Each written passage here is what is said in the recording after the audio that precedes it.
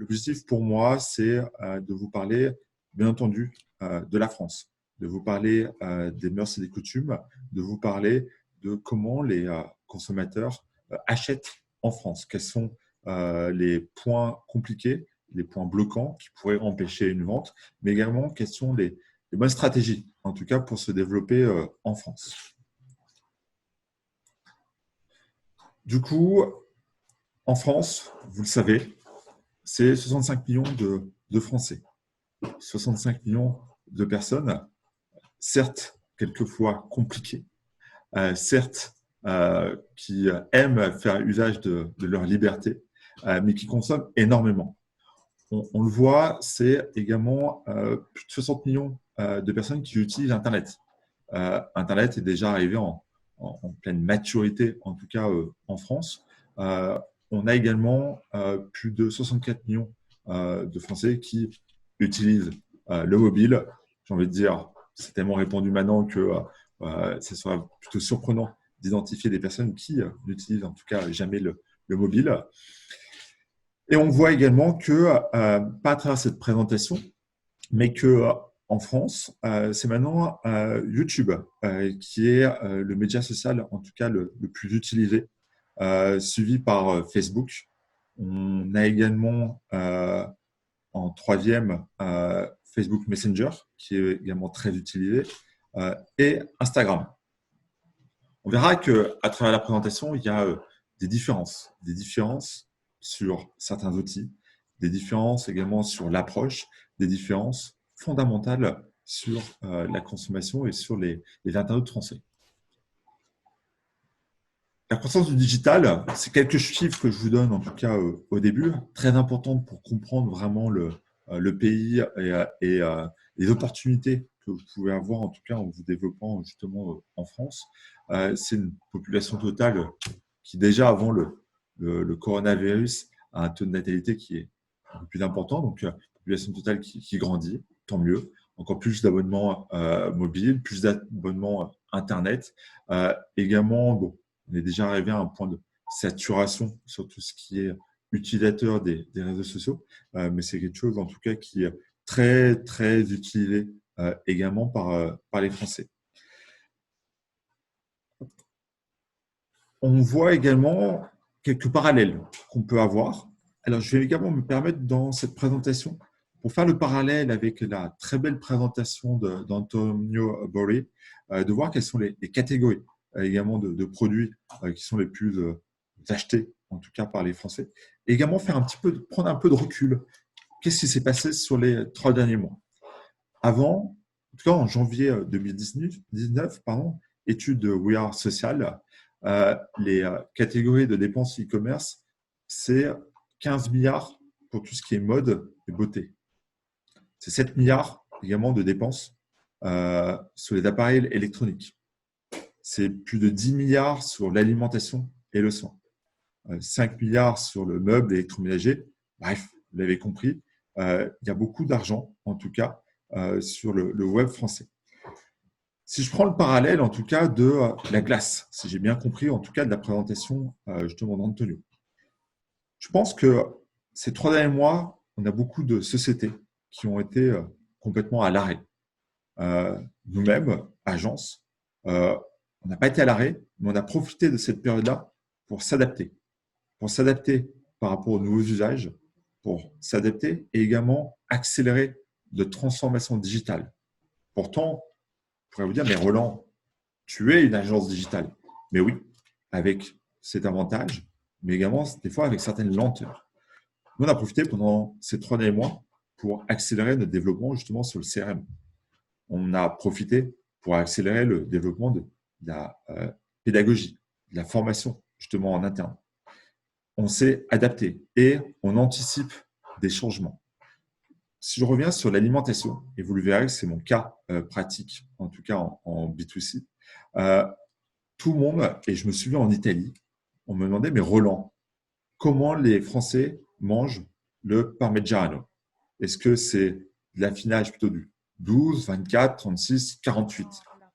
Et je leur disais déjà à l'époque, attention, nous en France, on achète beaucoup justement le fromage dans des supermarchés. Désolé, effectivement, c'est devenu plutôt rare maintenant les épiceries, plutôt les supermarchés.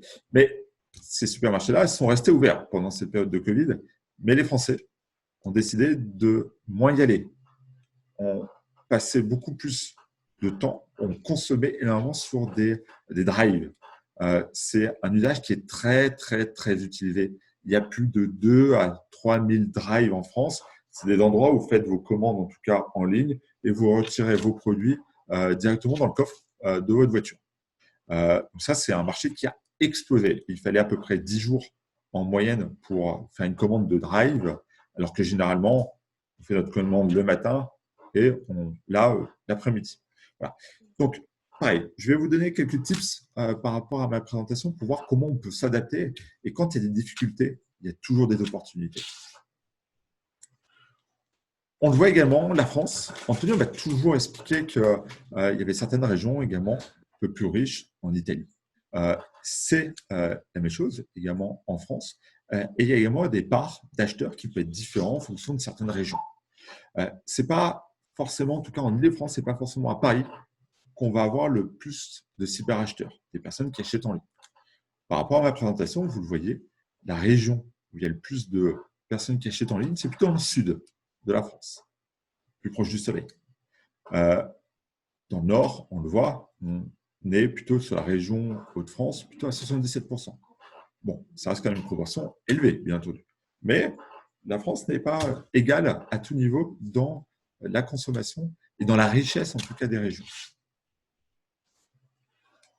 On le sait, vous, les Italiens, vous avez eu également une avance sur nous, sur la consommation du mobile. Je me rappelle d'une conférence également faite par Antonio, que souvent les Italiens ont limite 2 mobiles. En France, on a également certaines personnes 2 mobiles, mais plutôt un téléphone. Mais cette part, on essaie de vous rattraper. On essaie de vous rattraper en nombre déjà de cyberacheteurs mobiles. C'est fini. Les sites aujourd'hui sont compatibles mobiles. Les internautes consomment énormément sur mobile et vous allez voir qu'ils font des recherches, ils font des achats également. En tout cas, ce qu'il faut retenir, c'est qu'il y a vraiment une forte progression, en tout cas en France, sur les achats sur mobile. Également, qu'est-ce qu'ils font ces internautes justement sur mobile? Eh bien, numéro 1, ils vont comparer les prix des produits. Numéro 2, ils vont faire des recherches de produits en vue d'un achat sur Internet.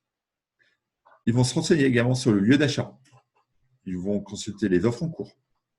Ils vont faire des recherches produits en vue d'un achat en magasin. En fait, il y a un usage, il y a 2 usages. Je suis sur mobile pour chercher quelque chose, puis après, éventuellement, je vais passer sur mon PC pour faire l'achat.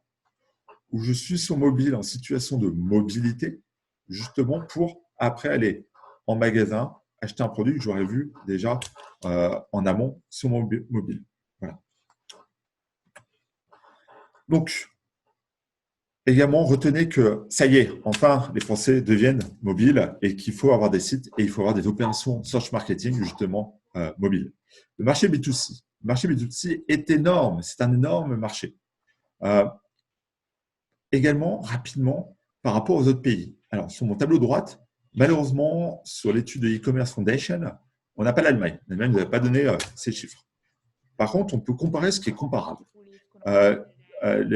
L'United Kingdom, justement l'Angleterre, eh bien, du coup, c'est 2 fois plus de chiffre d'affaires qu'on va avoir justement sur la France. On va voir également que l'Espagne, même si Nicolas, tu nous présenteras très bien l'Espagne, bien entendu, je n'en doute pas, c'est un marché 3 fois moins important d'un point de vue chiffre d'affaires. Uniquement B2C, bien entendu. On verra, c'est différent d'un point de vue B2B. Et l'Italie également, c'est un marché 3 fois inférieur, en tout cas à la France, d'un point de vue chiffre d'affaires B2C. L'Allemagne, de mémoire, est plus proche de l'Angleterre que de la France. C'est également un gros marché. Attention, parce que quand c'est un gros marché, oui, il y a des opportunités, mais c'est également des marchés qui sont très mûrs. Il faut y aller avec. Il y a déjà un savoir-faire, il faut y aller avec des compétences, il faut y aller souvent avec des gros budgets également d'investissement. Qu'est-ce que vont acheter justement les Français? quelles sont les catégories les plus achetées. Et j'ai réussi à identifier quelques statistiques justement entre les achats faits par les femmes ou les achats faits par les hommes. On le voit sur la mode, l'habillement, c'est plutôt les femmes qui achètent, en tout cas en ligne. Et c'est une thématique qui est souvent achetée, en tout cas par les cyberacheteurs. Après, en deuxième, c'est les produits culturels. En troisième, les jouets, 38%. Le voyage. Alors, le voyage, on va y venir. Le voyage, sur ces 3 derniers mois, très clairement, on a beaucoup de clients dans le secteur du voyage. On accompagne beaucoup de stations de ski également dans le secteur du voyage. C'est un milieu qui a été fortement frappé ces derniers mois. Tout ce qui était voyage, on le savait, quand on suivait les instructions de nos ministres et du président, vous ne pouvez pas sortir du département. On avait un confinement également très, très strict en France. Les sites complètement à l'arrêt. Impossible de prévoir ses voyages si on ne sait pas si on peut sortir du département, si on peut également sortir du pays. Depuis 3 semaines en France, notre ministre nous a dit, ça y est, maintenant vous allez pouvoir sortir du département et vous allez pouvoir éventuellement partir cet été. On a eu des pics, des gros pics, en tout cas, de recherche sur le voyage. Tous les sites qui proposaient des voyages en France ont reçu énormément de trafic et ont vraiment vendu beaucoup de voyages. Donc, par rapport à ce que disait Antonio, on va connaître également en France et en Europe des changements. Les acheteurs vont rechercher en tout cas des choses un peu plus proches d'eux, mais également des produits italiens qu'on peut retrouver en France, mais avec des points de distribution éventuellement français. On va y revenir quand on va parler de Amazon. Et on a également justement des thématiques en tout cas très recherchées. Et là, c'est également pour les hommes, c'est le produit technique également qui est plus recherché en tout cas par les hommes. Mais derrière, également, pour ceux qui ont une stratégie en tout cas omnicanal, eh bien, quand on fait des recherches en ligne, alors c'est une statistique qui est un petit peu vieille, je ne le cache pas, elle date de 2015. Par contre, quand on fait une recherche en ligne, 57% de ces recherches aboutissent soit par un achat qu'on va faire en ligne, soit par un achat qu'on va faire directement en magasin. Donc, il y a des mécaniques. Ce n'est pas parce qu'on fait des opérations de marketing en ligne qu'on va en retirer du business, en tout cas pour les magasins. Non, on peut le faire de manière très intelligente. Les moyens de paiement les plus utilisés par les Français, c'est la carte de crédit. Souvent, vous me dites, vous les Français, vous aimez bien les chèques. Oui, mais en ligne, on utilise moins les chèques. Oui, on est très attaché à notre carnet de chèques. Mais, et encore plus avec le coronavirus, très clairement, tout ce qui est utilisation de l'espèce et les chèques sont souvent pas interdits, mais un peu proscrits en tout cas par les magasins physiques. Donc, c'est beaucoup les cartes de paiement. Au passage, les cartes de paiement, on a le paiement sans contact est passé en tout cas de 20 € à 53 €. Les banques ont toujours dit que ça va prendre des années. En 3 mois, c'était réglé. Comme quoi, la période de confinement a permis d'accélérer certains changements. On a également tout ce qui est banque en ligne, les systèmes de PayPal, quand même de plus en plus utilisés en France. Les modes de livraison, c'est quelque chose d'important parce qu'ils sont différents de ce qu'on pourrait retrouver justement en Italie. Les Français aiment bien se faire livrer chez eux, mais également au travail. Attention, avec cette période de confinement également, il y a certaines entreprises françaises qui interdisent en tout cas les livraisons au travail. Donc, quelque chose qui est vraiment à prendre en compte. On a également, les Français aiment bien se faire livrer en point relais. Mais pendant les 3 derniers mois, on ne pouvait pas justement retirer en point relais. Donc, on a eu beaucoup à domicile. Ce transfert s'est fait sur les 3 derniers mois. On a également tout ce qui est 3% des livraisons qui sont en consigne. Vous le voyez également dans les magasins. On a des petites consignes. Je pense que c'est un usage qui va vraiment accélérer sur les prochaines années. Les habitudes également des consommateurs, ça va être c'est un petit tableau comparatif. Bien entendu, ne vous inquiétez pas, je pourrais vous transmettre en tout cas ma présentation pour avoir toutes ces informations-là. Les Français aiment bien les systèmes de fidélisation, que ce soit présent sur un site par rapport aux Italiens, peut-être un peu moins adeptes en tout cas des systèmes de fidélité. Par contre, justement, les Italiens sont beaucoup plus propices, ils aiment beaucoup plus regarder les avis avant d'acheter. On regarde les avis. Je sais qu'Antonio, peut-être qu'il ne vous l'a jamais dit, Antonio, chaque fois qu'il va dans un restaurant, il dépose tout le temps un avis, en tout cas sur le restaurant. En France, effectivement, on va regarder les avis, mais un peu moins. Voilà, c'est un peu moins marqué. Par contre, on adore, tout comme vous, les Italiens, on adore les livraisons gratuites. On aime bien, justement, faire une bonne opération, mais surtout, on veut de moins en moins payer notre frais de livraison. On aime bien les retours gratuits, mais c'est plutôt les Anglais qui adorent les retours gratuits. Bref, voilà, il y a des changements et c'est des choses vraiment adaptées, en tout cas, dans la stratégie quand on veut se développer en France. Une particularité également très forte, c'est qu'en France, on adore également les marketplaces. On adore Amazon, mais il n'y a pas que Amazon. Il y a également Cdiscount, la Fnac, VP, anciennement vente privée, et Booking. Pareil, on va le voir, je vais faire un focus particulièrement sur Amazon. Vous savez, à travers Lankynode, on offre la possibilité justement de euh, accompagner nos clients à se développer dans toute l'Europe. On a des agences partenaires dans chacun des pays. Il y a des spécificités à comprendre dans chacun des pays, même au niveau d'Amazon. Amazon régit par rapport à un algorithme qui s'appelle A9. En France, Amazon, c'est plus de 20% des parts de marché. Et de mémoire, en Allemagne, on était déjà à plus de 30%. On a un peu de retard déjà en France par rapport à l'Allemagne et l'Angleterre, mais je sais que l'Italie et l'Espagne ont également en retard par rapport à la France. C'est un gros potentiel. Si vous voulez vous développer en France sur un marché B2C, mais également B2B, si vous ne passez pas par Amazon, c'est déjà 20% en tout cas de business en moins pour vous. Et tout à l'heure, on parlait de glace. Et bien moi, je vous parlais de fromage. Pendant cette période de confinement, pour refaire le parallèle d'Antonio, effectivement, nous on a beaucoup travaillé sur un site de fromage. On me disait, mais Roland, on ne vendra jamais du fromage en ligne. Eh bien, si c'est possible, justement, il y a eu cette transformation de la consommation des internautes français qui voulaient retrouver du bon fromage de qualité sans aller chercher en magasin. Il y avait des opérations traditionnelles en SEO, en PPC, sur Amazon. Et premier jour de confinement, les ventes ont explosé sur ce site-là. Acheter des tonnes de Savoie, c'était devenu possible sur Amazon. Acheter du comté, c'était possible. On le voit à travers mon petit tableau également que les ventes, au total sur un an, c'est plus de 781% de ventes supplémentaires à N-1. Mais le mois d'avril, par rapport à avril l'an dernier, c'est plus de 3500% de ventes. C'est un chiffre d'affaires important sur un mois qui est pourtant pas très propice justement à la vente de fromage. Il y a également les avis, vous qui aimez bien les avis, ont également été multipliés par 10 sur cette période. Les gens avaient du temps, voulaient justement commenter les bons produits. C'était parfait. Le marché B2B également. Vous savez, sur Amazon, on peut également acheter en B2B. Il y a des offres dédiées B2B. C'est un marché sur lequel la France a connu un retard et qui est en train de compenser. Vous, effectivement, en Italie, vous êtes beaucoup plus avant-gardiste que nous, en tout cas en France. Pour autant, on réduit l'écart, on consomme, le B2B se consomme de plus en plus. On est moins sur des petits contrats au bord d'une table. Effectivement, le B2B en France devient de plus en plus, en tout cas, des achats en ligne et de plus en plus fait avec des partenaires étrangers. On le voit justement également en B2B qu'on peut avoir une stratégie qui est « j'ai mon site ». Je fais des ventes de mon site sur un autre professionnel.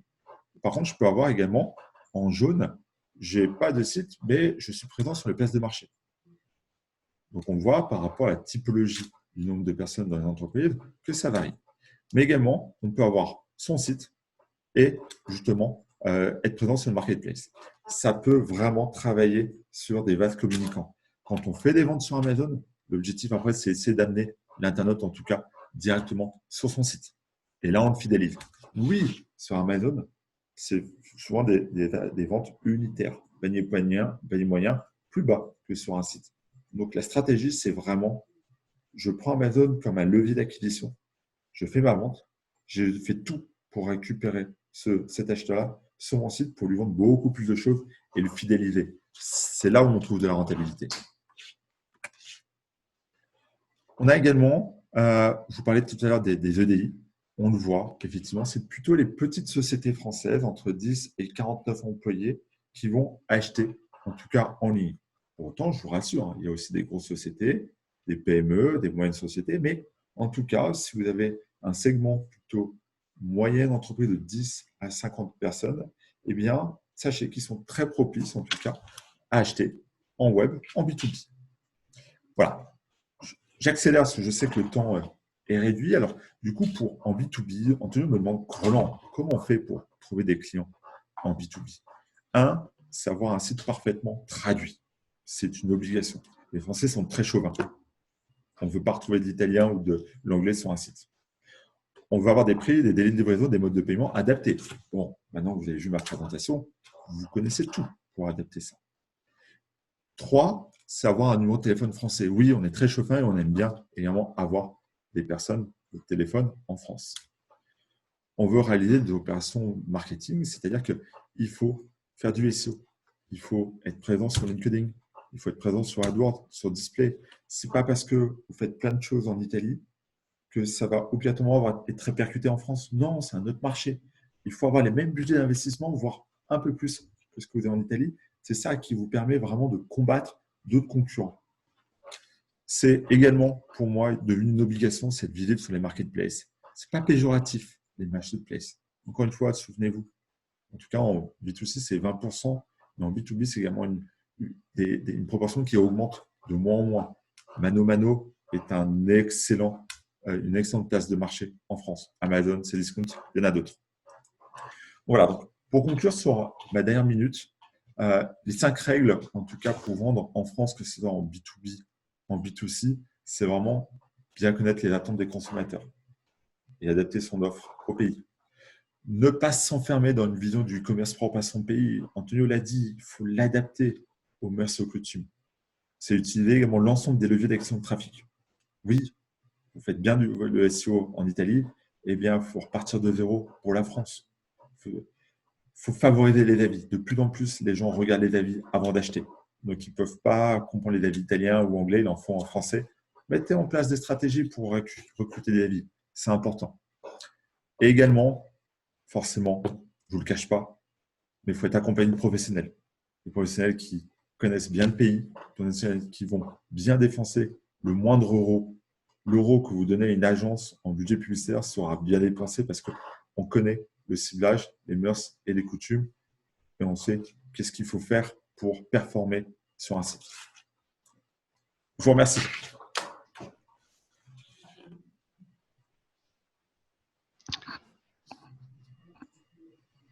Merci Roland.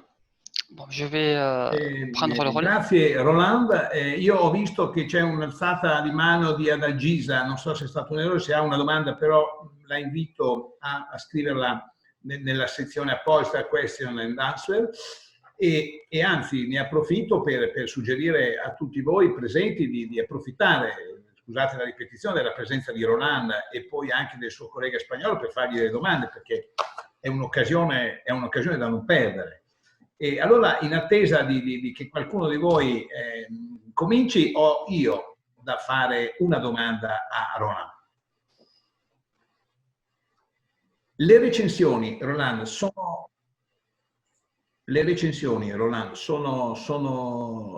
altrettanto importanti come in Italia? De plus en plus, Antonio. C'est vrai que, souviens-toi, quand on avait fait une conférence ensemble il y a 3 ans, on parlait de la consommation dans le secteur du tourisme. Je te disais, tiens, c'est surprenant, en Italie, vous aimez bien vous comparer, vous aimez bien prendre les avis des autres personnes pour choisir son lieu de vacances. Et je disais, nous, non, en France, on ne regarde pas ça. Mais effectivement, les avis sont de plus en plus regardés. Quand on achète un produit, s'il n'y a pas d'avis, on se dit, mais pourquoi je vais être le premier à le tester? Donc, c'est important d'avoir des avis dans la langue. TripAdvisor les traduit automatiquement. Mais quand on est sur Amazon, c'est important d'avoir des avis français. Et là, il y a des opérations marketing qui peuvent être mises en place justement pour collecter ces premiers avis. Amazon, l'algorithme, il est basé sur justement les ventes, la qualité du produit, les méthodes, le temps de livraison, le prix et également les avis. Donc, c'est tout un ensemble. N'hésitez pas justement à demander à vos super clients des avis. Chaque fois que vous faites des ventes, ça va permettre de le fidéliser et de pouvoir augmenter en tout cas vos ventes, tout simplement. Grazie Roland. E ho una seconda domanda da farti. E poi magari mi piacerebbe anche sentire Nico, se potesse rispondere anche lui a questa domanda. Allora, mi dicevi che le ricerche da mobile stanno crescendo tanto, mi sembra di aver capito che molte ricerche vengono fatte da mobile e poi magari, almeno in Italia, si dice che poi l'acquisto viene perfezionato spesso sulla versione desktop del sito. Però se la ricerca viene fatta da mobile vuol dire che comunque bisogna fare un'attività SEO ben precisa. E allora ti chiedo come cambia la SEO da mobile, come è cambiata la SEO da mobile in Francia nell'ultimo periodo? Ovviamente in un minuto la risposta. Alors, c'est une très bonne question. Merci Antonio en tout cas de me la poser. Et je laisserai la parole également après à Nicolas. On a eu pas mal de mises à jour de Google ces derniers temps. Non pas pour, comme vous le savez, pour contrer des mauvais contenus ou des mauvais liens. Là, les mises à jour étaient plutôt pour sensibiliser en tout cas les sites et surtout les sites en fait à rendre leur site compatible mobile. Parce que les internautes maintenant vont beaucoup plus souvent sur Google mobile que sur Google PC. Mais avant, les sites, ils n'étaient pas compatibles. Donc, les gens qui étaient sur mobile avaient une mauvaise expérience utilisateur. Google a tout fait pour justement demander au site votre site, maintenant, il doit être réfléchi mobile avant d'être réfléchi PC. Et donc, du coup, il a fait des mises à jour. Et si, au fur et à mesure que les sites n'offraient pas une bonne expérience utilisateur, on pourrait voir que les résultats baissaient au fur et à mesure de ces sites-là. Google, maintenant, quand il visite un site, il va visiter tout de suite la partie mobile et a tendance à ne plus du tout visiter la partie PC. Donc, au fur et à mesure, le site mobile est devenu une obligation, en tout cas, pour offrir une bonne expérience utilisateur et que Google puisse justement le faire progresser dans ses résultats.